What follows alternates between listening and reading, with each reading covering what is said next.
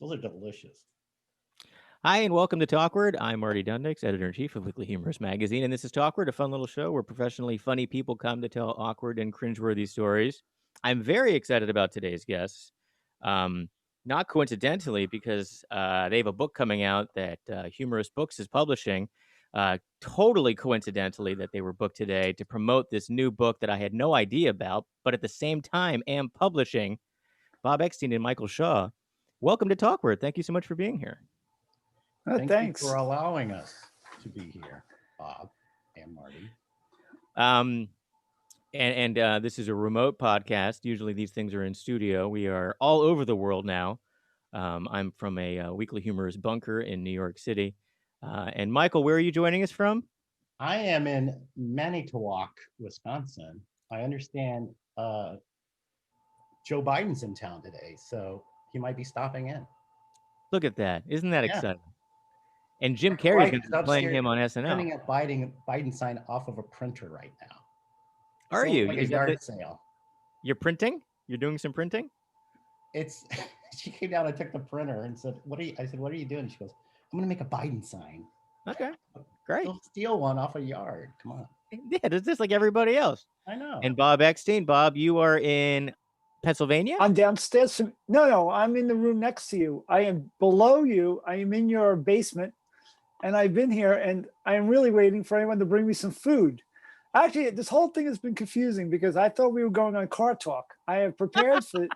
I have all these notes that I'm a big fan, that I've been listening for years, and I have all these questions about my Mini Cooper, and this is all throwing me totally. Yes. I've got this carburetor, and it's making a sound like this. Those Well, guys, I do car talk, have a problem. very informative. Yeah, I do have a problem with my car, and Michael probably can help me. So I just want to get this out of the way and Okay. ask him right now. That's okay. My Go car, ahead. every so often, there's a funny smell coming in my car. I'm like, if I accelerate, it smells like gassy, like a fart.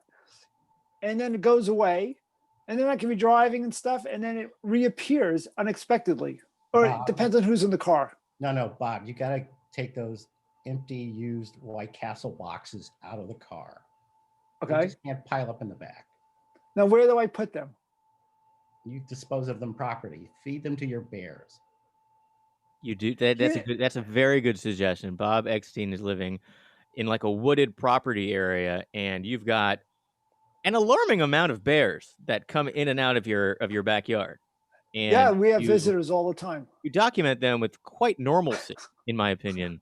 Like the way I take a photo of like a squirrel, and I'm fascinated. You've got like 6 bears in your backyard. Yeah, if anybody wants to see the operetta I worked on last year, the squirrel operetta is on McSweeney's. Oh, I remember seeing that. So, Bob, Yeah. well, but just to do more introductions, Bob and Michael, you're both cartoonists. You're both longtime cartoonists for many respectable and unrespectable publications, most notably The New Yorker, most disrespectfully, The Weekly Humorist. And you have a book of cartoons and text mixed together coming out. It's called The Elements of Stress. Yes, right. The Elements of Stress. And this is a handbook that we brought out. This is what we did during our pandemic. This was our public service. And we wanted to reach out to people in a fun way, though. As Michael likes to say, things could not get any worse, but things can get much funnier. Well, that was you, Bob. Well, that was General Custard. Oh, I said tragedy plus time equals comedy, but who's got time anymore? It's true. We don't have time for that. No, let's go straight, You got to jump right into it. That's right. So the book we should explain is a parody of The Elements of Style, a book that I think Michael and I would both consider on our top 10 books to bring to a desert island. And we love the book, and we wanted to do a parody, and it made some transitions before I got to this point, but ultimately we did a book about this year and about stress, and I like to think that it's actually very helpful too. When I pitched the book to Bob, it was called originally The Elements of Bliss and How to Live Happily. and it kind of took a weird turn. It took an absolute left turn. No. This is the opposite of the book that you wanted to do, Yes. and here we are. You know, it's funny. People like to say that there's a moment when Donald Trump decided to run for president. And we all heard the story about how Seth Meyers had done the political journalist dinner, and Right, that he skewed Trump, and it motivated Trump to get revenge and decide to run. I feel like this whole thing with the book and stress and stuff, for me, it began on election night 2016, and I was texting a friend, a new friend that I was all excited about being friends with, and this was Terry Gross from radio. And she was saying that she was saying that we're going to celebrate, and this is such a glorious night. And she was so excited about Hillary becoming the first woman president. And I was texting her from the middle of the New York Times newsroom. I was in the middle of the newsroom, and there was cake, there was balloons. And by 9:30, the place got so dead quiet. It was like a fart went off in church. All of a sudden, everyone just got so negative, including Terry Gross's email. And since that moment, I feel like everything in the universe has kind of gone backwards. Yeah, things soured very quickly that night. I remember I was at a big event at a bar restaurant in Park Slope in Brooklyn, where I live, and it was packed in the enthusiasm. It was electric, and they had a big, huge projection screen down, and it was just like a party atmosphere. And then like the night ticked on, and then it just got emptier and emptier and quieter and quieter. And people were just like drinking silently. And excuse me, I'd like to say I voted for Donald Trump. I have a. And this podcast is over. Just remove him from the room. Trying to be Talkward. And this comes to a screeching halt. I have a Terry Gross story I want to follow up though with that. Oh, I'd love it. I am 100% Terry Gross stories. That's it. Okay, I got two. I have a whole other podcast. All that is. But go ahead. That night, I remember saying to her, I felt so lucky to have this correspondence with her during election night that we're going back and forth. And I said to her, I really appreciate this. I really appreciate it because I know how busty you are. Autocorrect to change the word busy to busty. And I then had to apologize to her. I said, I didn't mean that. I said, I appreciate how busy you are. And then another thing I remember saying is I said to Terry, I said, if only there was a book during this election to get me through these times, a book about stress that I wrote with Michael Shaw that can help us. And here we are in these next elections, and we are prepared. You're ready to go. That's why this book is coming out, because of this election. And this book is amazing. Sorry, go ahead. No, go ahead. Oh, I said, and since we're just going to talk about Terry Gross for the whole hour, I have the official Terry Gross New Yorker cartoon, which I sent to her after it was published, and she said thanks. That's a great story. Michael, we talked about that, and I don't know how much you remember, but I remember us saying, I told you that Terry Gross would love to be in a cartoon, and you had this great idea, and I said, oh God, she's going to love this, and then sure enough, it got published. I told her I loved her in Sleepwalk with Me. I think that did it. There you go. So, she is wonderful. You remember the Mike Sachs article, NPR fan fiction, that's on Weekly Humorist, and I think you sent this article to Terry Gross, and it is very erotic, and it's talking about like a post-apocalyptic like world, and it's focused in DC, and it has like but it's all about NPR anchors. And it's like they're living in this world with like vampires and monsters, and it's very sensual, and it's very blue, and it's sexy. And Mike Sachs wrote it, and he's so funny. And you sent it to Terry Gross, and she wrote something. What did she write to you? Something like she was a good sport about it. She wrote back that she was blushing, and it was pornographic. Everybody's blushing when they read that article. And it's funny you should say this, because just by total coincidence, the last person I spoke to before this podcast went on the air was Mike Sachs. Really? Hi, Mike Sachs. Mike Sachs, big fan of Mike Sachs. He gives you a great quote here. I have some of the praise right here for the elements of stress. And he truly liked the book. He wrote me on the side. I asked him for a blurb, and then on the side not like the rest of the blurbs who just made it up, but Right. Mike's is real. Oh, that's some of my best writing. Those blurbs that I came up with are just They're wonderful. very But good. Mike said he truly, really thought the book was hilarious. I have some that I'm going to read here, if that's okay. It doesn't embarrass you too much. I'll start with Mike Sachs's. This book made me laugh like hell. I was heavily sedated, but it did. Looking forward to reading it more closely or at all. End quote. Mike Sachs. Poking a dead frog. Stinker lets loose. Randy. Passable and pink. Thank you, Mike Sachs. This is a good one too from Ron Haig. If this book doesn't make you happy-ish, you're hopeless-ish. Thanks, Bob and Michael. Ron. Ish. Before you move Since on to the Seinfeld, next Ron- blurb, Yeah. before you move on, I just want to comment that Mike is responsible for these books called like Poke the Frog and these other books that were tremendously helpful to me. And I recommend them to people who want to study humor. They're really like a Bible to comedy. And he himself is like a comic historian who's Yeah. been on the CNN series History of Comedy. And then He's you a mentioned great guy. He's a very nice guy. He's a very funny guy. He's very Yeah. modest, but hugely, immensely talented. Yeah, and then there's Ron, and Ron is a tremendous talent. And he's Ron's cartoons right now are so good and they're so sharp. Definitely check out Ron Haig's cartoons on Instagram. He might have a book coming out soon that we're excited about. He was my favorite humorist growing up. When I was at the Village Voice, I was a teenager, and I had a column, and I admired him from afar, and it was my dream to one day meet him or speak to him, and I didn't get a chance to, but I always loved his work immensely. And then 40 years later, he contacted me and was complimenting me on my work, and now we've become close friends. And it's amazing. Full he's circle. a very nice guy. And the other one I got here, we have Jack Handy. Jack Handy, Deep Thoughts. Jack Handy writes, not to stress you out, but buy this book. It's very funny. Buy it now. And that's Jack Handy said this. He's from Saturday Night Live fame. Yes, everybody knows who Jack Handy is, Bob. Everybody. No, I'm not sure. Yeah, I wasn't sure. People knew. Okay. Chris Monks from McSweeney's gave you a quote. Very nice quote. This hilarious book will help you forget this oppressively dark period of human civilization for a good 10 or 11 minutes. The element of stress is a perfect respite for whichever unrelenting, soul-crushing torment you're currently experiencing. Nothing like over-promising and under-delivering.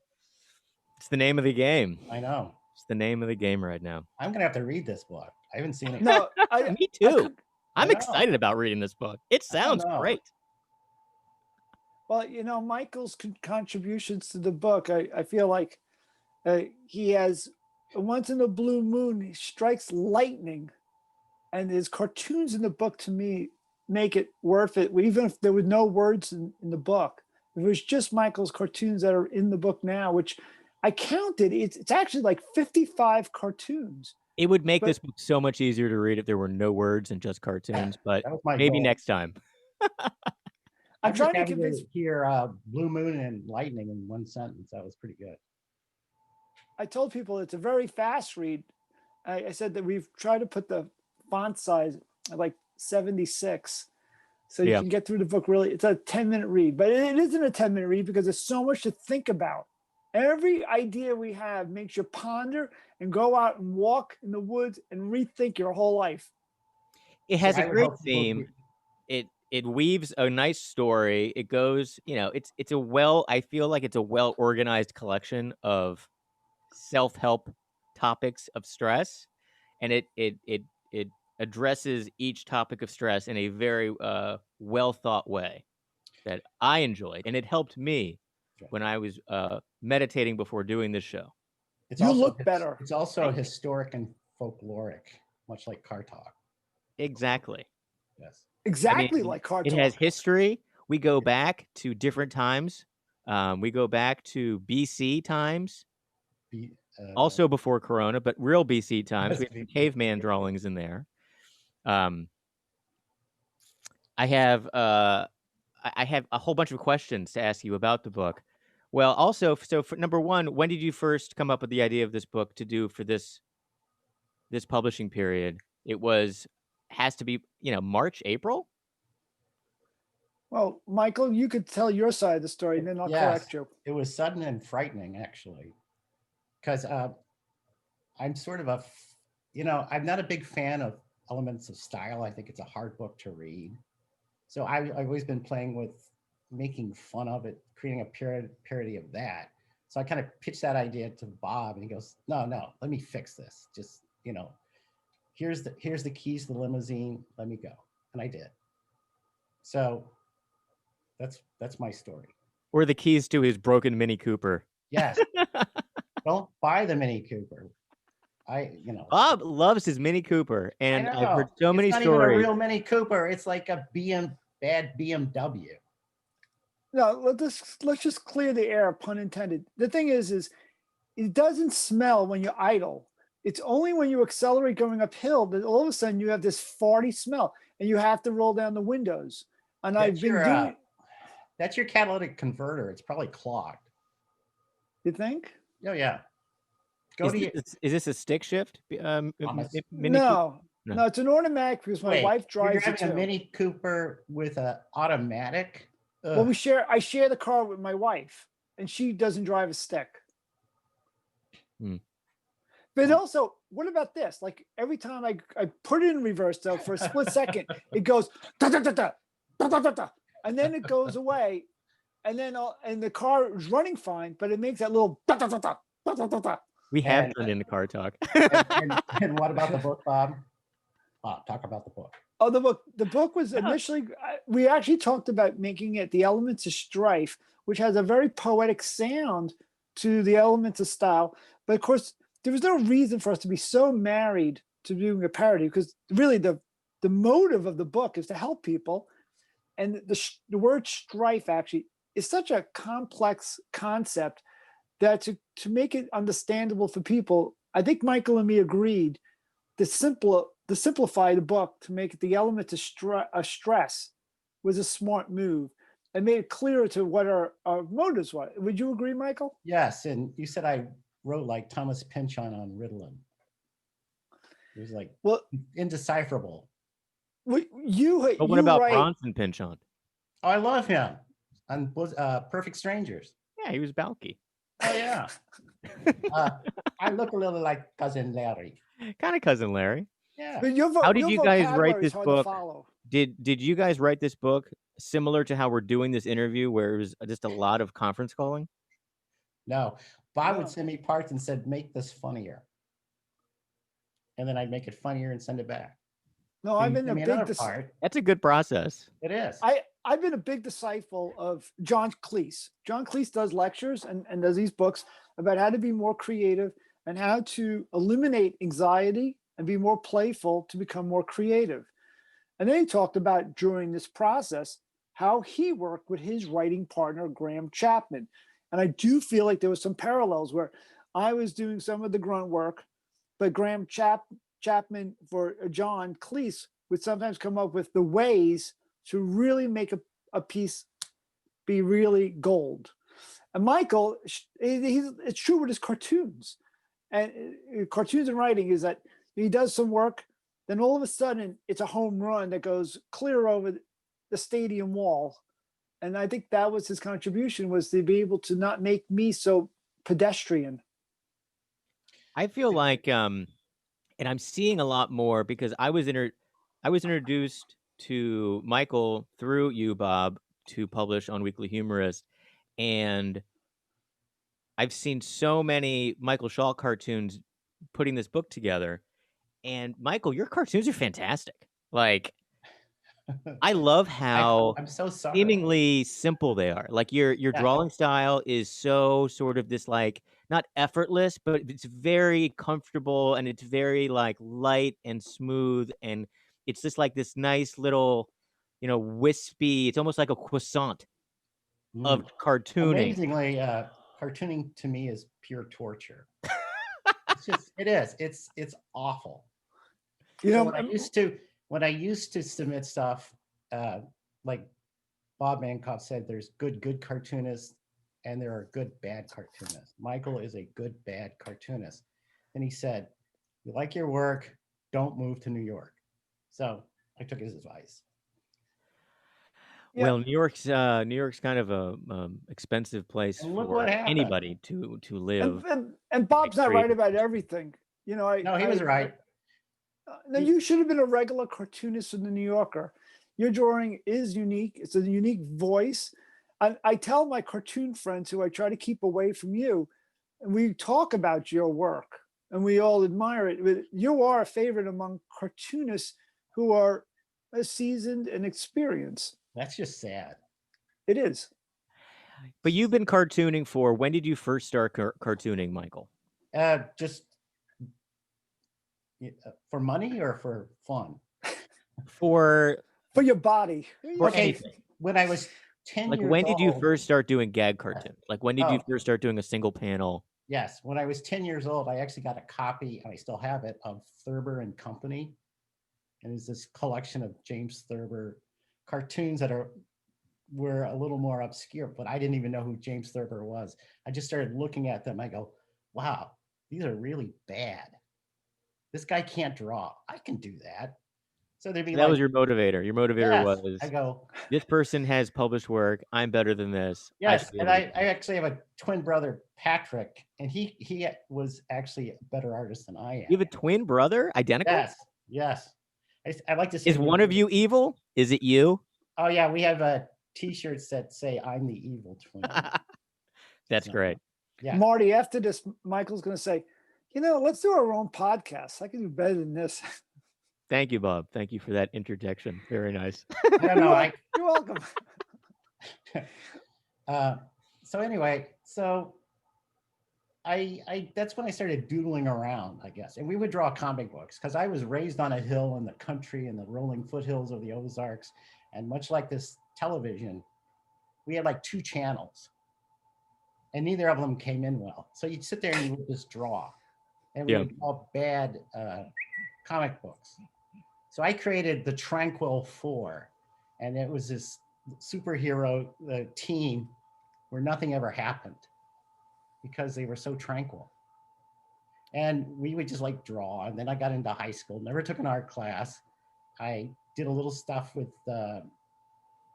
school newspaper, got in a lot of trouble. Then I decided I wanted to go to college. I was like first generation college, and I got my BFA in painting. So I discovered I couldn't paint either. So I couldn't paint, I couldn't draw. All that was left was cartoons.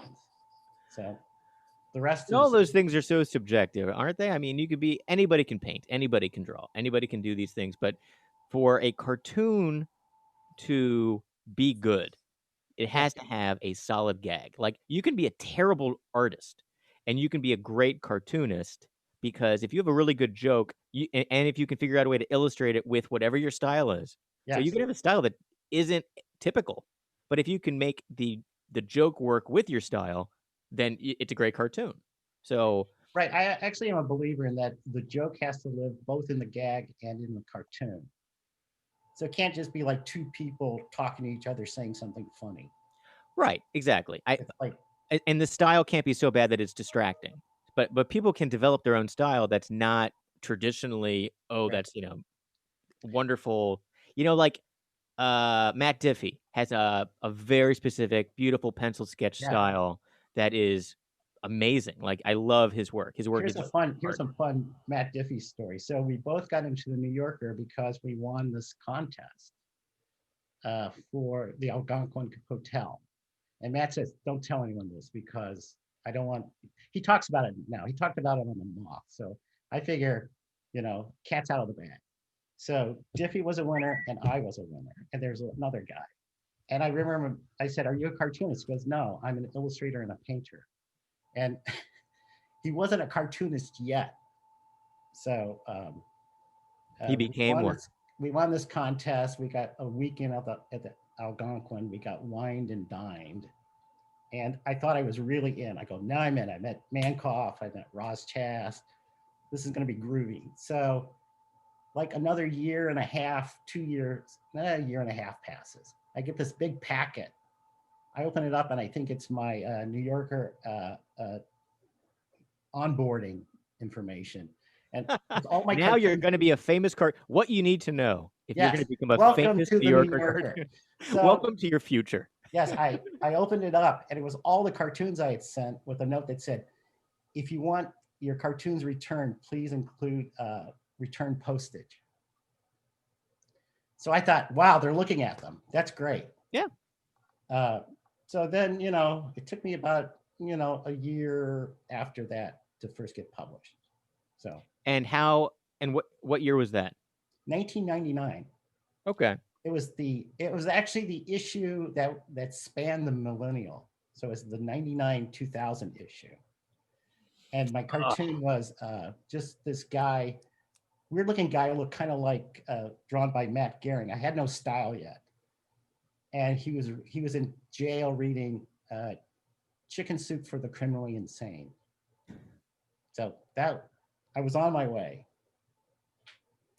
When did you develop your style? I'm looking at some of the pages of the book right here. This is one of my favorite cartoons. It's a guy at he's lining up at the firing squad. Yes. Right, and there's a general or whatever talking to a guy that has a blindfold and a cigarette in his mouth, and the guy says to the doomed inmate, "There's no shooting. We just make you keep smoking." Yes. So my style came out because Love it. back then I was working at Land's End Catalog in Dodgeville, Wisconsin. And I actually met Bruce McCall, and they gave me, they would get all these, they would buy all these cartoons and illustrations, and some of them didn't have captions. And they said, here, Michael, caption these. So it was like a Woodman cartoon of reindeer between airplanes. They go, this needs a caption. So my caption was, how long is our layover in Cleveland? Right. So that was fun that I met Bruce McCall.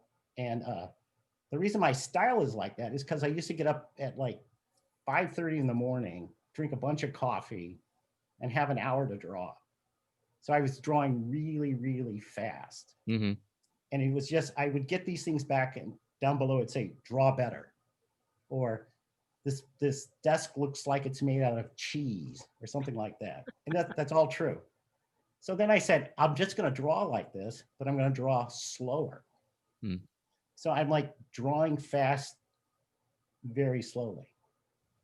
And that's the style. I mean, I don't draw wrists. I didn't draw necks. You don't need necks. You don't need wrists.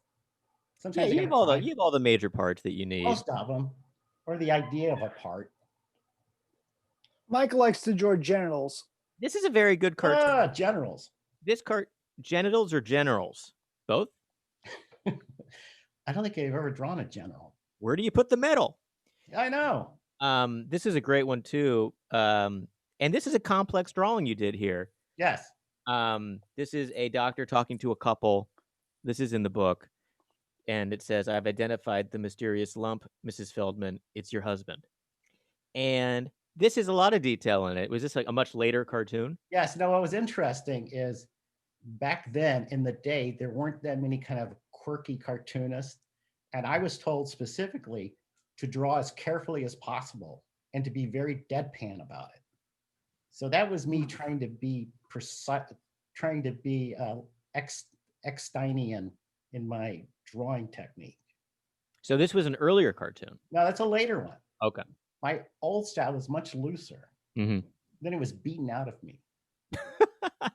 A cartoon that you did for Weekly Humorist early in the pandemic, early in the work from home, kids at home, everyone's going crazy. Yes. It was a couple sitting at a table and a woman with a guy, and she says to the guy, maybe you should work from someone else's home. Yes, I really like that one. And that was a great cartoon that did very, very well. And Yahoo News included that cartoon when they talked to me about humor during the pandemic and during stressful times. So that's a good transition to talk about your book and what about humor? How does humor help when things are so terrible and everything seems like it's falling apart? We as humanity we always pop up with jokes. Everyone just, I think instinctively we pop up with jokes. Bob, how do you pop up with jokes during really, really depressing times when everyone should be sad? But if you watch, like, this is an interesting thing that I always notice. If you watch like a soap opera, it's so dramatic that it's super unrealistic. because comedies are more realistic than dramas. Because in reality, we make fun of everything because it breaks the tension. So how does humor help, and why is it that we use comedy to deal with stress and tragedy? Well, the best cartoons diffuse tension with when you do a setup for a cartoon, usually the setup is creating something negative and there's tension, and then the punchline releases that through an unpredictable ending or something that's surprisingly funny or something like that. So that is the formula for a good cartoon, is to have this setup that's negative, or a premise in which there's a dire situation. How you work as a professional, it's, you know, sort of a survival thing that we've been working and producing so much work. I mean, it's been very stressful for me because I've been writing a book with Michael. Yeah. I I know I've been getting a lot of those emails. yeah, I've been but I was teaching and I was doing all these other things, which was discussed in the book. Actually, is pivoting. Is that we've all of us have had to pivot what we're used to doing and out of our comfort zone and doing something different, to whether it's making a living or just keeping sane. I mean, right now I'm working on trying to make my garage door opener into a home gym and doing different things like that. I mean, like, it's just so abnormal. So how to be funny is that sometimes it's just the way to get by. I mean, it's like everyone thinks they're funny now. There's a lot of jokes everywhere. Everyone's got, a comeback for something on Twitter or something. And if And we I don't didn't know. make jokes, what would we do? We would just lie down. It's like there's nothing else to do. Right. And I don't know when I'm being funny. So like, what? I funny? Oh, okay. I How do you mean, come up with ideas for the cartoons that you guys draw? One of my this is a great one too. This is another Michael Shaw. I will highlight some Bob cartoons also because there are a couple in the book. okay. But this one I just happened upon, which is a great one, where it's it looks like a homeless guy on the street corner next to a trash can begging for money, and the woman is looking at him, and the man saying to the woman, "Can we talk about this after work?" Yes. So I actually do. I put people into the worst possible situation. Or it's just You like do. nothing good is happening here. Is that the Wisconsin in you? No, I'm not a native. Oh, I'm okay. Wisconsin mean, but I am a Midwesterner. I Okay. am a little sad. I'm a little sad that the cartoons are being read this way, because without the drawings, the drawings do enhance these jokes. Of course It's they do. somewhat like, yeah, it's like sort of like a stand-up Actually, I can see comedian. them on Marty's screen. They look fine. Barely, you could barely see them. But Well, yeah, I mean, and as far as showing I have my a couple. cartoons, Hold on, I got a couple of things we can show here. I have technology, guys. yeah, let's do that, because Uh, I do feel like that's part of the charm. It's funny because this was a topic discussed with Ron Hauge. Ron Hauge is the person I mentioned earlier. He worked for The Simpsons and worked for The Village Voice and other places. When he said, you really do want to put time and effort into the drawing, because a joke by itself, that's a different game. And if you really want to sell a joke, the drawing is a very important part of it. mm-hmm. I'm also, I don't need to see my cartoons. As I mentioned to one time, I would have been happy just having only Michael's cartoons in the book. that's because I would give them to you for free. I wasn't going to tell you. I was just going to do it. Yeah, I did show up. I'm sharing a portion of the screen. And this is the cover of the book. There we go. And thank you for not offending people.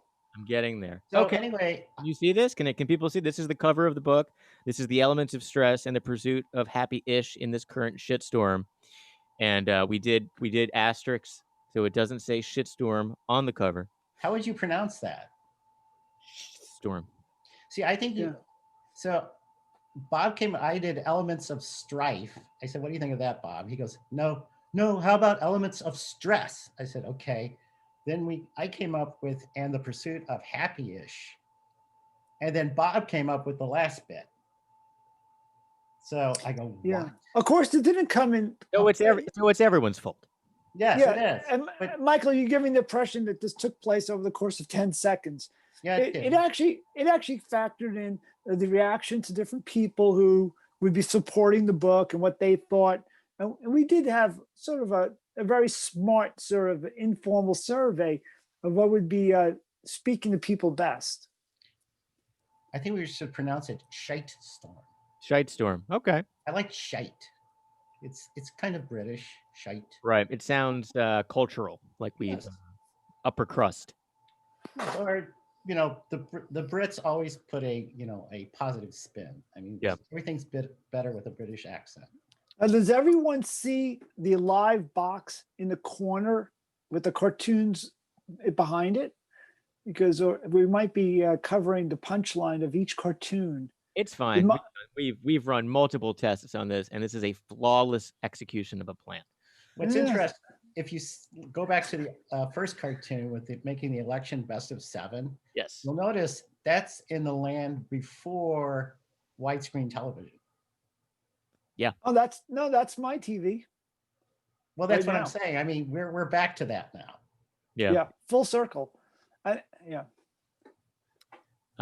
These are some photos that I got from you guys. This is from Michael. This is your studio. We wanted to show. Yes. There. Is that your writing assistant? That's me. It's sad. That's you? Wow, you put on some weight. Good for you. I know. COVID. I put on the COVID 184. In the background, you'll see my stolen Bob Bancroft drawing. Oh boy. Very nice. That I took at the Algonquin. I just took it. He turned around and I said, "I'm grabbing this." So this image on the wall you stole from Bancroft. Yes. Well, I think I asked him. He said, "I'll never see you again, so that's fine." Nice. It says budget recliner. We can edit this out. No, that's great. Now this is live. We edit nothing out because it's live. Actually, this also is my old studio when I was living in Westchester, Ohio, and I was in I forget now, but now I'm in Manitowoc. So, but I'm still in the basement. I like to work in basements. Yeah. He's right. We're in the middle of a show right now. Bob Bancroft is on the phone right now. I'm on with him. Wait. No, I haven't heard from him in years.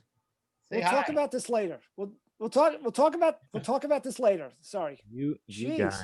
That was classic. The Bob did their own podcast. Are you sure it wasn't? You're sure it wasn't Bob Newhart? It was Bob Newhart. He was doing the Lincoln bit. I know. I've heard that bit over and over. I'm just a little tired of it. And here's another photo from Michael. This is also his. Where I get my inspiration from. Oh, good God! I did this for a case for pencils. What was that little blog? Is this glass that you have on? Is this a light box? Yes, I still have it. And is this glass like beveled? Yes, it's just the top of a an old table. Does that give your drawing a little bit of a texture? It gives it that romantic kind of foggy quality. It's stolen from that hotel. It's another thing he stole from the Algonquin. He came back with a whole suitcase of stuff. This is another. You can see the little car back there that looks like a potato with wheels. That's a Mini. That's a Mini Cooper. That's Bob Eckstein's car, everybody. Yes. Very bad smells coming out of it when it goes into. Look at that tidy. My studio isn't that tidy anymore. So. Let's please let it go with the Mini. I'm a little sensitive about it. Jeez. Hey, I bought a car during the pandemic. I bought a car on eBay during the pandemic because I was feeling trapped in New York City, and I didn't have a car. And I had gotten rid of my own car that I'd had in the city for 17 years, and I decided to get rid of it last year because I'm an idiot. Let's guess what you bought. I bought a GMC Envoy, which is just a basic SUV. Oh my! That's what I was going to guess. That was my first guess. It makes a farting sound when I hit the brakes because of an ABS sensor problem I have to get fixed now. So every time I stop at a red light, it goes every time. Is that Andy? I actually purchased a Fiat 500X. Just during pandemic? Just when I moved back up here to Wisconsin. So here's interesting. In 1 year, I need to get a Fiat. Yes, you know, I think it's the perfect car. It's a perfect snow car. It's Oh, perfect for yeah. that cold weather. Now, Michael, do you take out the windshield? Because when you're in the really, really tundra cold, they Yeah. take out the windshield because otherwise it breaks. Yeah. Well, I In the took out same the way that, windshield when yeah, I was parking. yeah. And do you keep your refrigerator outside the house and use Yes. it to keep things warm? So this is the view from my, this is sort of, you know, when I want to come out, when I've been quarantining and take a look around. This is my homage to Larry of the Three Stooges when they were plumbers. You were great in the Holy Grail. I thought you I thought handled it very tastefully.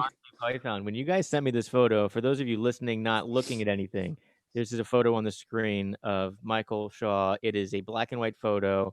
It is him in a yard garden type thing, and he is buried up to his neck. Yes, And he's that was got actual.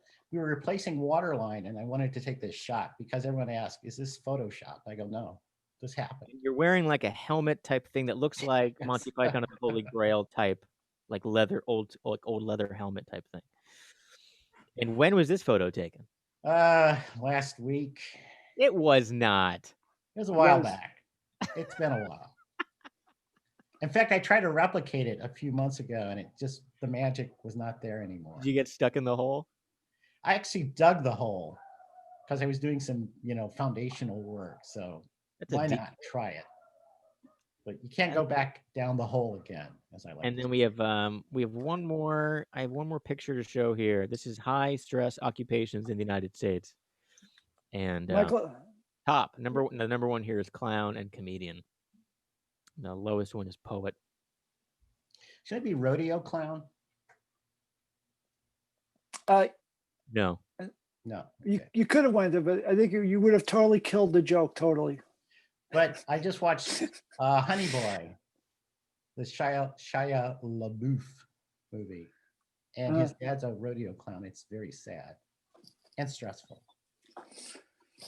It sounds stressful. They should I know. read our book because I then might send it to him. they would be less stressed. It's a cry for help. Yes. So this is Talkward. I know both of you have awkward stories to tell. Bob always has awkward stories to tell. So let's do. What is a nice awkward story from Bob? It doesn't have I to was be. going to say, let Michael go. No, I don't want to go. I'll just get in trouble. You could throw out a name of anyone. I suggest that we both have a Garrison Keillor story we could share. Oh, But that's you a could fun throw one. out anyone. Yeah, we could throw out Garrison. We could throw out any name. And I've Garrison had some under kind of the bus. embarrassing You moment with mentioned- somebody. You mentioned that you submitted cartoons that were scratch and sniff. Oh yeah, this week my cartoons were all pumpkin flavored. They were. They all had to do with pumpkin, and I made like this patch where you scratch it to get the scent, like the old scratch and sniff cartoons. There was a time that I was trying to do all these different format cartoons, thinking that this would be a new, fresh way to see the cartoons.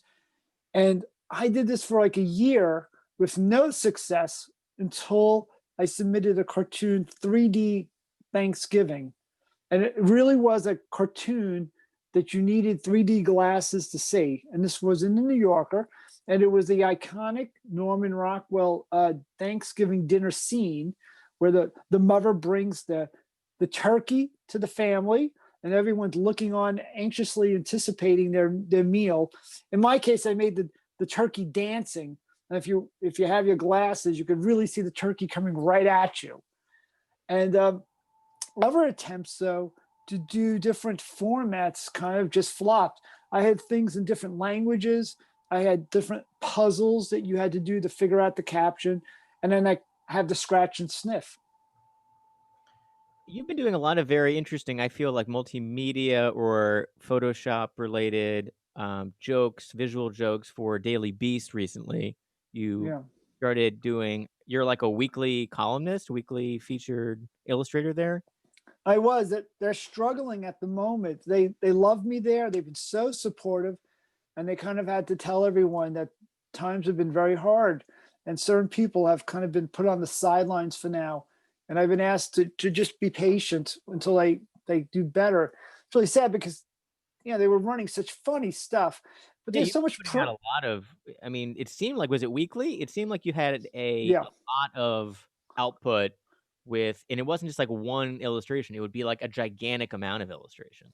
Yeah, they did a thing with Pandemic Monopoly. I did, and then I did face masks that were sort of bumper stickers with on messages on the face mask. And just to go back to something you just said about trying to come up with different technology for work, a place contacted me, Mental Canvas, and they would like me to work with them and experiment with their new software, which is 3D cartoons. The cartoons you draw, you actually go into the environment and you could walk around the different elements in the cartoon. You actually could go behind the main character speaking and go to another part of the room. And it's absolutely amazing. And they contacted me because I feel I'm an influencer.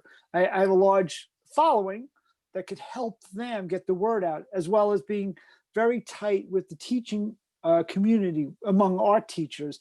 I speak at a lot of art schools, and they feel like that could be instrumental to getting the word out about this new technology. And it's absolutely amazing. It sounds amazing. And, you know, I also, you're a big influencer on the TikTok. I am working on a piece this morning. Stars of TikTok, where are they now? From yesterday. I mean, literally, where did they go? They're on Knick-Knack. One of the big stars. Wow, that 3D cartoon idea just sounds frightening. I want to go trapped in a. People want to be trapped in one of my cartoons. I mean, it's just. Ugh. I wouldn't mind it. I want it flat. I want it simple. I do no shading. I do no color. I want it sparse. You know, actually, we've talked about this though. Tiny bit of color you did in the work cartoon. Yeah, I know. I tried. I did that for you. The effort. I like the try. Look what happens when you try. Boom. I know. I should try more. It went viral. It was amazing. Michael, I've tried to talk you into adding a little bit of shading. I've had the luxury of seeing more of Michael's work than I think anyone else on the planet, because Michael, for a time, him and me exchanged batches that we were submitting to the New Yorker for a time. And so I would see all of Michael's efforts. And I'm not exaggerating. I know I'm coming across as a kiss ass here, but I used to talk to my friends, Michael Maslin and Nick Downs and all my other cartoon friends. We used to compare notes and stuff. And I said, I'm seeing the best cartoons out of Michael Shaw. His batches are just astounding. And so I had the luxury, but I did try to encourage you to enhance your cartoons even more, because every time you did add a little bit of shading, I thought it even added another dimension. I don't recall you saying that, Bob. But, you know. Yeah, maybe it wasn't you. I said to somebody. I think it was Peter Arno. And then he just I took think off. Your cartoons are wonderful, and you can do whatever you want. You don't have to add color or shading. They work just fine. No, I think, you know, Tina Brown brought color to the cartoons at the New Yorker. So look what happened to her. Yeah, well, this is going to be. I don't know what happened. This is just a beginning for you. As I said, the next step is the other self-help books you wanted to work on. You gave me some titles. The Joy of Shtick. The Joy of Shtick. 7 Habits of Highly Infected People. He's just not that into you tonight. And then what about doing the Element of Stress, the musical? We talked about that. I had another one here. I can't find it now. It was good. All right, Marty, I got an awkward story to tell you. I got to tell you the story. Okay. Musical story. Okay, I go to see Eric Idle at City Hall in New York City. We go, I bought a ticket. Ticket's like $35. I'm thinking, you know, will I be able to get a seat at all? Because I didn't have a seat previously. I went to the box office to buy it the day of the performance. I go into the theater. The place is empty. So now I'm thinking, I got the ticket, but it's not today. There's a few people walking around, but it was the right time. Well, there was less than 10 people who purchased a ticket for his show. So I could see them having a meeting on stage. Only 10 people bought tickets to see Eric Idle? Was this maybe it doesn't? No, this was just his stand-up. This was his Greedy tour. the tour that he did about trying to capitalize on on the Monty Python name. Boy, and he did a that didn't stand-up. work. That did not work. So you see them having a meeting on stage. It's beyond the time that they're supposed to start, and you could see them conferring. And what they did was they had all 10 of us sit together in the corner of the theater, like together. And all of a sudden, we were all sitting together, and they performed to the cluster of people right there. And Wow. this is in stark contrast to a couple of nights before this. I saw Eddie Izzard in a jam-packed Radio City, in which he did not perform his act, but he just had a workshop, just workshopping. He sold out. The theater was sold out. When was the Eric Idle event? This was a couple of days before the Eric Idle was. They were together, days apart, and this was years ago, many years ago.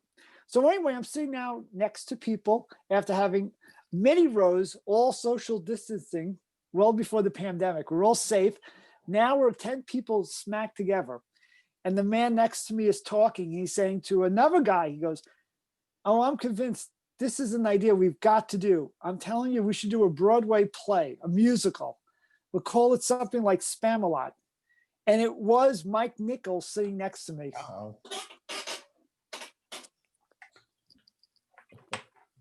Bob's outside the office. Yeah, I'm going to. My computer died. He's become a spirited voice. Oh, there he is. Yeah, my computer went down. I just switched over, and that was really rude. I mean, I was hoping people would say that was an interesting story, and instead, I just got kicked out of the room. I think it's awkward. I think it's technology responded to your story accordingly. Yeah, story of my life. Amazing. So how many times you guys are doing a lot of cartoons for do you do like daily batches or weekly batches? What is your process for the cartooning? Michael, what is your process? I have a device called the Gagalog, and it's basically a Word file that I fill with fascinating bits of humor, or as it's called, mining for comedic gold.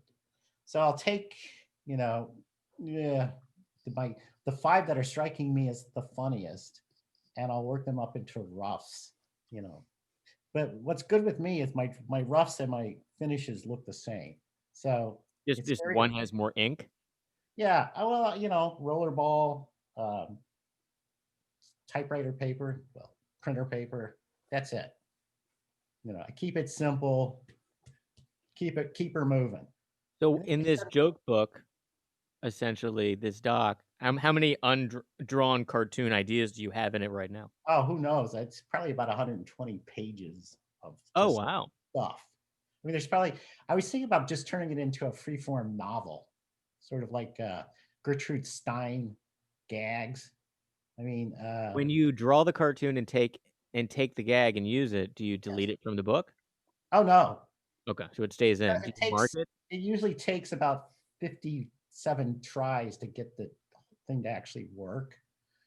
So cartoons that I actually sell are probably like 3 to 4 years old. It's like, when you see the star, you're just seeing the light from, a million years ago. When you're seeing my cartoon, you're seeing like 3 years of like just resubmitting, and then they finally buy it. And it still looks like it took me 10 minutes. Or sometimes 20. So I do like that effortlessness through torture. Yeah, because it looks like you just threw it on a whim and sent it somewhere. It has a sense of insouciance. So I'll have to look that up later. Yes, cheerful insouciance. Another $50 word. Yes. Definitely. That is a Words with Friends winner right there. There we go. So, Bob, that's how I work. How do you work, Bob? Especially, how are you adjusting to work from not your normal studio? Well, that doesn't change anything. I mean, I have an office here on the roof of my house. I still go outside and work on the bench, and that's where I write and come up with ideas. And I'm juggling a bunch of jobs, and I just work on the cartoons when I have a free time. But like this morning, I had to turn in a job for the New York Times. I did a large feature for the New York Times book review.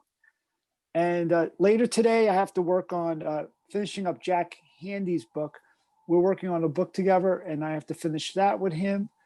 And so every day there's a project. And then if I can find some free minutes, I'll work on some cartoons. And I stole the format from Rolling Stone's back page.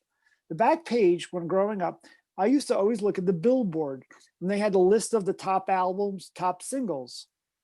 And there was always like one thing that said with a rocket, and it's going up the scales, going up the charts. And this is what I do with my cartoon ideas. I write them out. I have like about, the jokes I have are either sold or not sold. There's like 1,000. But in the top 20 and 30 are the ones I'm working on. And as they get better, they move up the chart. And when you hit number 1, then I draw it out. Okay. So then I go to the next one and I work my way down until I have a batch of cartoons, and then I submit them to places. And I'm no longer popular in this country, but I do sell almost all my cartoons to smaller markets in England and all these magazines that exist over there. And over there, I'm actually quite popular, and people wouldn't know that, but I'm more popular outside my country. You're the Hasselhoff of cartooning. So Marty, I'm a lot like. I just opened my Gagalog and I'm looking at some of these captions. So my first one is, the zoo called, you can go back now. Okay. And I drew that one. So that's the guy, I'm always referring back to Thurber. So that's the guy looking at the seal. The seal's just in the bed by itself. So then there's what's a good one? Oh, Adam talking to Eve, and Adam says, I thought we were just hanging out. I thought we were just hanging out. Sure. Oh, there's a very good Adam and Eve cartoon in the book, and they're eating the snake. Yes, that one got published. That's a great cartoon. So here's doesn't work. I was playing with this. Quentin Quarantino. I like you're asking, like, is this anything? This is good. Like Terry Gross. Everything ends up with your questions, and then your voice goes up, and then you answer your own question. Don't you agree? Yeah. Right. There are certain tropes that we fall back on. Yes. And we kind of explore those, and then we realize that we want to be more original, and we kind of abandon those. But on my list somewhere, there's good book, bad book, and things like that, which you kind of exhaust initially. I feel like, some of these are great too. This is a Michael Shaw cartoon I'm looking at that is, now we have 2 cartoons that are similar topics, and you each did your own take on it. On the back cover of the book is the Rubik's Cube cartoon, which is a famous cartoon from Bob Eckstein, which I don't know if I have handy. Maybe I haven't. I'll find it. But it is a unsolved Rubik's Cube climbing up the mountain to the solved Rubik's Cube, who is the wise one on the top of the hill. And there's no caption, and it's perfect. And I still don't get it. And Bob Judas, and that cartoon has had an immense success, but kind of without you, because you drew the cartoon and then everyone stole the cartoon and used it on meditation websites forever and ever. Right. It never got published. I did submit it to the New Yorker, and the New Yorker, when you go in with a batch, they pick out the ones that they would consider and show to the next level. That cartoon never even made it past the first round. But I put it on Facebook, and it got over 1 million likes and shares. And I know that it's a very famous cartoon in other countries like Brazil and China. It's like a cartoon that's considered one of the most popular cartoons. And it does run right now in the new Reader's Digest in their Genius issue. There's a new Reader's Digest? Yeah. Ooh. There's a Genius issue? There's a Genius issue, and I belong in it. Things wrong with that. And then there's also a great cartoon that Michael did. Same topic, same idea, same searching for wisdom from the guy on top of the hill. Which is why I'm suing him. And it's a hiker talking to a guy, and he said, no, but I can tell you the meaning of whole or term life insurance. See, he's a life insurance salesman, not a yoga. No. So my most famous cartoon is my blank cartoon of nothing. And That's your best work when you do yes, nothing. because I didn't draw I drew the lines, but that's it. I drew it very carefully. And it went viral after the Charlie Hebdo shootings. And it went all the way around the world. And I ended up on Ronan Farrow. So That guy.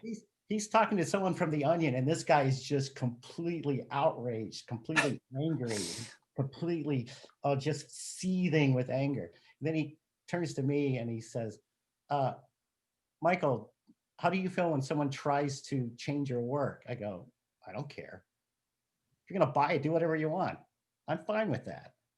And that's all I said. I said, well, what's Woody really like? Come on. Oh my. And that was your, I mean, that was Talk about Talkward. a nice screeching halt. And I'm sure that surprised him. And I didn't actually say that. I just added that for comedic. Oh, come on. Oh, I win. We're trusting you. I don't. Where'd you get the penguin? I was wondering about that penguin too. Yeah, there's a lot of polar stuff in the room because the room is an attic that I turned into the inside of a ship because I'm doing a graphic novel about Arctic exploration. So I have all these little artifacts. Let me go get one other thing to show you. Turn it off. Turn it off. There he goes. Bob likes to keep busy. This is I think it's his Mm-hmm. does a sword go into that, or is that a horn that you blow and play a? Well, it's an ivory tusk. It's an ivory tusk. It's a fake. No, it's something I got from a dealer, but I have a lot of collectible stuff to inspire me, and that includes a cartoon. I have a cartoon on the wall. The only cartoon I have anywhere. I have a Michael Maslin cartoon, and it's a great cartoon of aliens coming back to Earth with their spaceship, and they see the wallet in front of them. They said, "Oh, it's right where I left it." Good. Sorry. In parking lot D. Listen, no one said that reading cartoons like this is going to work.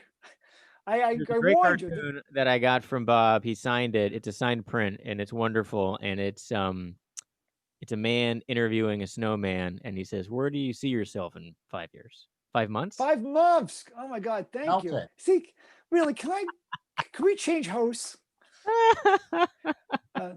Let me mention that we have a book coming out, another book called All's Fair in Love and War. It's a collection of cartoons, and Michael's work is like the most predominantly featured cartoonist in the book, but it includes all the people who are the world's greatest cartoonists, like Matt Diffie and Raj Chaz.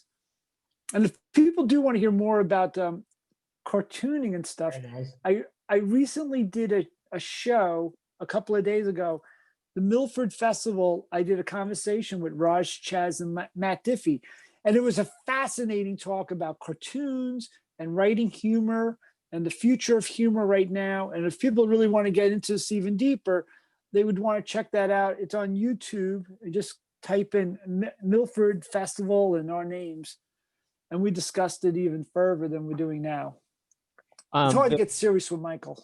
The cartoon series that you've been putting out, Bob, by the world's greatest cartoonists, All's Fair, the ultimate cartoon book for critics, the ultimate cartoon book for... You've done a couple. It was bookstores, right? The other one was bookstores, right? The world's greatest bookstores. That was its own book where you painted beautiful bookstores from all around the world. And then you've done 3 of these cartoon collection books now. Well, no, I was mentioning the first book was about bookstores. It was cartoons about bookstores, right? And it was a thank you card to all the bookstores that helped make my first book a success. They had asked me to do a follow-up. I wasn't able to do a follow-up with the publisher, so I did something different, which is to give them a laugh and to give them something fun for themselves, which was cartoons about life in bookstores and life with books and stuff.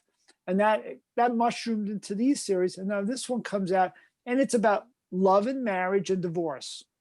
Initially, the publisher wanted me to do it just about divorce, but I thought that was just too negative, and we expanded it to be about marriage and divorce. Just relationship. And this is by Sam Gross. And Mhm. Sam Gross is 87. I just spoke to him yesterday. He's doing great. I'm going to go see him. He's in Fire Island, and he's been working, and he's doing some great work. He's in the new issue of the New Yorker. He has a cartoon, and it's the funniest cartoon in the issue. It's really good. And I should mention, it's because of him that I'm a cartoonist. We were friends before I was a cartoonist. I was working on a snowman book, the history of the snowman, and he and I got to know each other. And he was helping me with that book. And he took me out for my birthday to dinner. And during that dinner, that it was actually a lunch. And during that lunch, he dared me to try to do cartoons. And I did a cartoon, I did a batch, and then he took me into the New Yorker offices the next couple of weeks later. It was 2 weeks later, and he introduced me to Bob Mankoff. And I knew nothing about cartoons and anything, but he introduced me to the New Yorker, and that's how I started. Sam's a great guy too. I remember you introduced me to Sam Yeah. maybe 5 years ago. He came into the offices and did a portfolio review. He actually brought cartoons in. You brought him in. I had a bunch of young comedy writers who were in, and we were just having like a meet and greet. And having him and you come in was such a treat.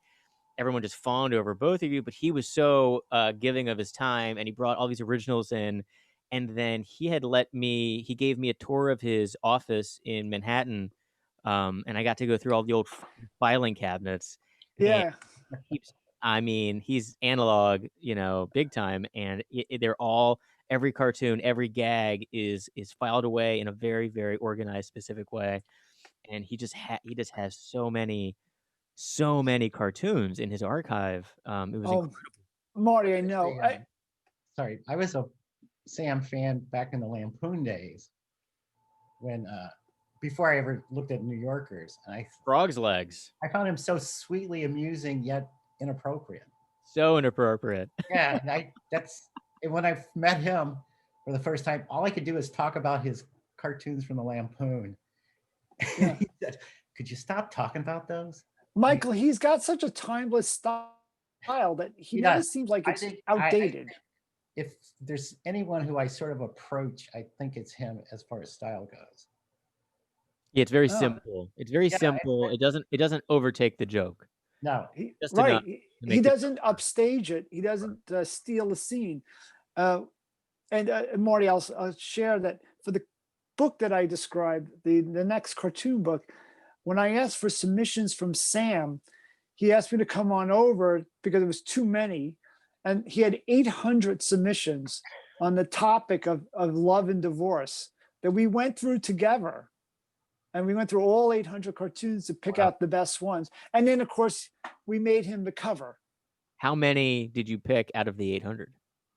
I think we picked like 7 of the best. Okay, that's And I good. did try to pick everything on merit. Like that was I've always said to myself that I want to be honest and true to this art form. I love this art form. I feel indebted to cartooning, the joy it brought me, and to the cartoonists. I owe it to them. So I always try to do it simply on merit. And I will say that I think Michael has the most cartoons at like 13, along with possibly Ed Corinne, who is also a wonderful cartoonist. And he's got like 10 cartoons as well. And very strong outing. And we're the But antithesis of each other's style. could And be, you could say that, yeah. He's got a gentle humor that's very observational. I was in that, we were doing that podcast at the Norman Rockwell. Oh, right. We were all together It then. was just kind of orating lyrically about what a joy it is to cartoon. I just want to go say, no, it's torture. What do you mean it's a beautiful experience? Cartooning is torture. Exactly. The experience is very different for different people, depending on how much love they get back from their work. I know cartoonists who I hear from all the time who have yet to be published anywhere, and they are very tormented souls.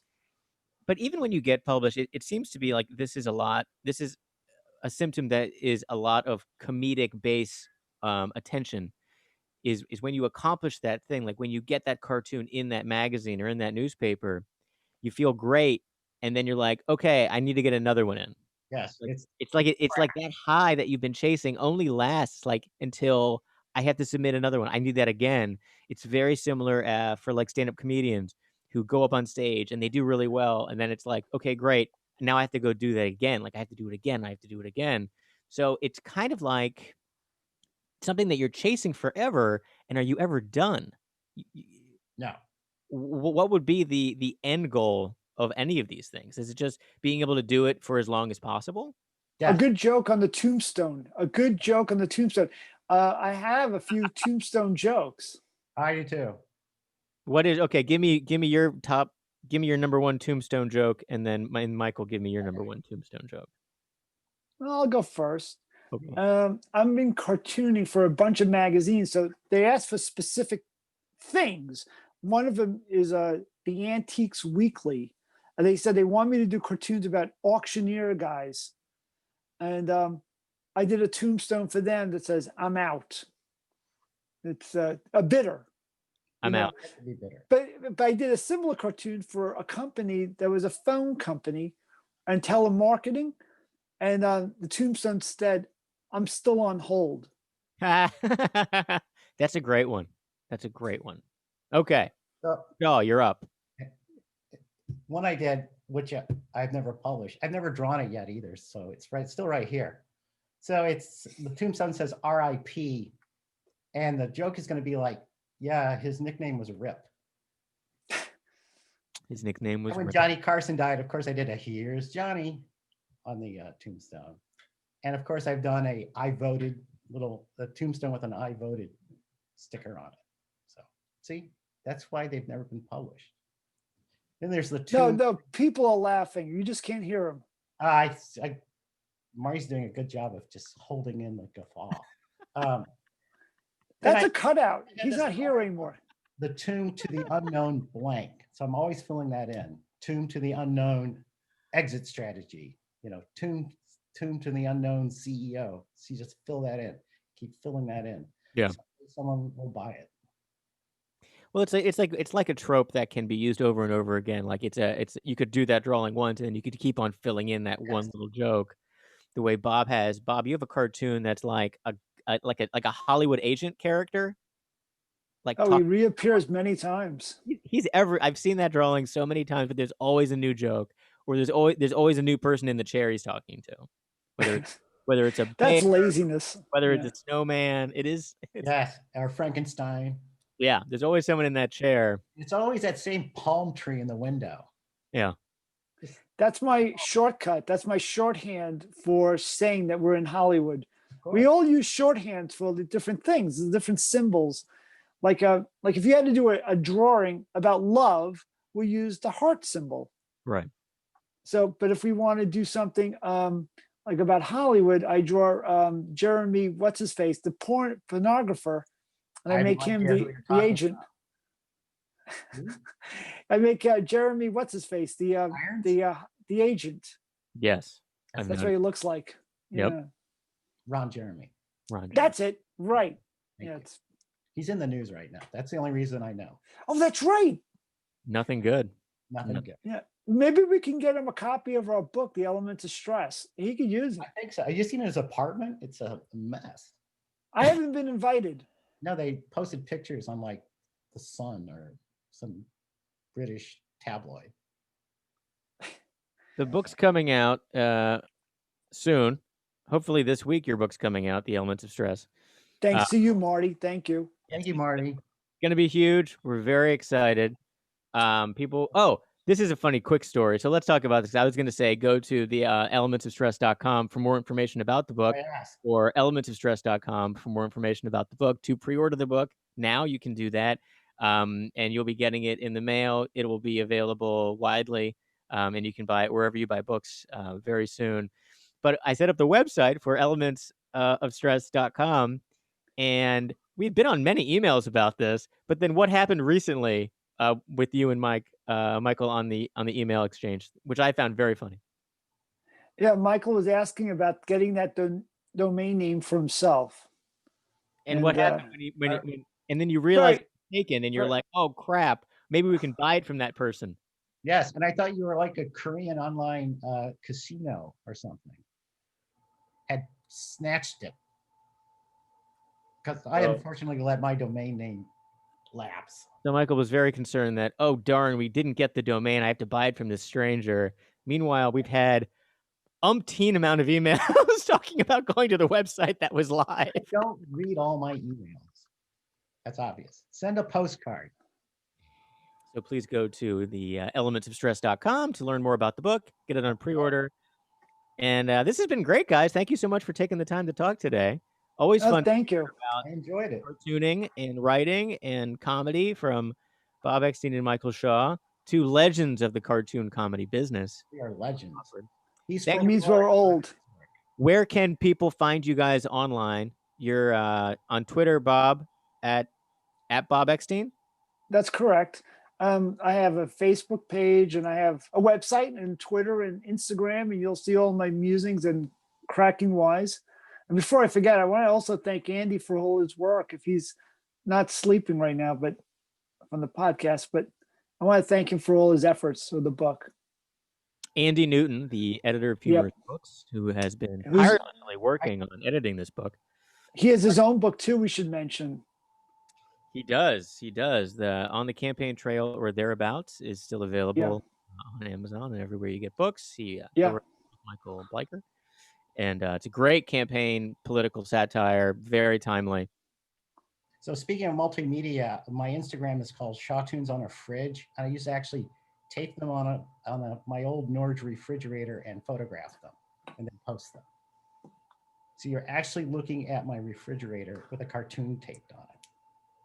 Yeah. That's for Shaw Tuner, right? That's your Instagram? Yeah, I'm not a big Twitter guy, but I try. Instagram's I've seen your cartoons. The cartoons that you put online are photographs of cartoons on your fridge. Yes. Shawtoons on a fridge. Marty, I gotta say, you're talking about how do we get satisfaction, the craving for applause and stuff like that. For me, the best moment is going to a party at a stranger's house. A friend knows somebody or whatever. You find yourself in a strange home and you see your cartoon on the refrigerator. That's right. The refrigerator used to be the social media for cartooning. Yeah. That used to be, that's the first Facebook. It is. That's the wall. The first wall was your fridge with a magnet. I have a bunch of cartoons up in my kitchen that are actually cartoons that were hanging on my grandparents' Frigidaire, which they called any refrigerator a Frigidaire. Open the Frigidaire. It didn't have to be a Frigidaire, but it was always that brand she always would say. That was Lolly and Pops' house in Pittsburgh, Pennsylvania. But she had tons and tons of cartoons cut out up on the fridge for years, for my entire childhood of going there for holidays. And they were like yellowed and rumpled, and they were classic cartoons. And I took many of those when they packed up that house, and I got them laminated, and I have them up in my kitchen. But they're some great ones. Like there was a single panel cartoonist, and the cartoon was called Herman. Yeah, I loved Herman. It was Herman, and it was hilarious. And it was there was a multitude of the cartoons that my grandmother cut out for some reason. She was a very bad motorist, very bad driver. Many stories of her driving the wrong way. She didn't drive very much in Pittsburgh, Pennsylvania. And she ran over my grandfather with a golf cart at the Oakmont Country Club. And all the cartoons, a lot of them were very much about marriage. She always cut out things about marriage, relationships, and then also automotive problems. So the two that I have up that are sticking out in my head right now, there's one where it's a Herman cartoon and the car is completely smashed and there's a toll booth and this old woman goes, well, do you want the 50 cents or not? The car is destroyed. And then there was another one where the car, it was called Close to Home, which is the name of the cartoon. And the cartoon was in the front family room. The car has gone through the front house window into the family room, and the man is sitting in his easy chair, and the woman's in the car. And she goes, well, they do say that most accidents happen like within 5 miles of the house. And she's driven into the house. And the cartoonist was, I believe, Howard Unger, no relationship to Felix Unger. For Herman, yeah. Right. I have a Herman anthology somewhere. Do you? People were just fascinating to look at. Yeah. And then also I remember I have a Far Side that I'm remembering. There's a Far Side that I have up on the wall, and it is a newsstand, and it is I think they're GNUs. It says we have good news and bad news, and And news. it's just the animal Animals. news inside the inside the newspaper stand. These make no sense out of context if you can't see them, folks, but trust me, they're funny. I got And it. I'll put them on Not all of them work. I'll Not all put of them them on the work. website for you to see. But this has been wonderful. Thanks so much for being on Talkward today, guys. And I enjoyed please, it. thank you for listening out there. Follow us online at Talkward Podcast, and follow Weekly Humor. Sign up for our daily and weekly newsletters at weeklyhumorist.com. Follow me at Marty Dundix. Thanks for being on Talkward, guys. Congratulations on the upcoming book, The Elements of Stress, available very soon. Please visit theelementsofstress.com. And that's all I got. You guys have anything else? I want, Bob to get outside and get some fresh air, because Gotta get that car that egg from here. All right, I'll work on this. Okay. Great talking to you guys. Thank you. Talking to you. Thanks, guys. All right. Bye. That was fun. Oh, I don't actually have to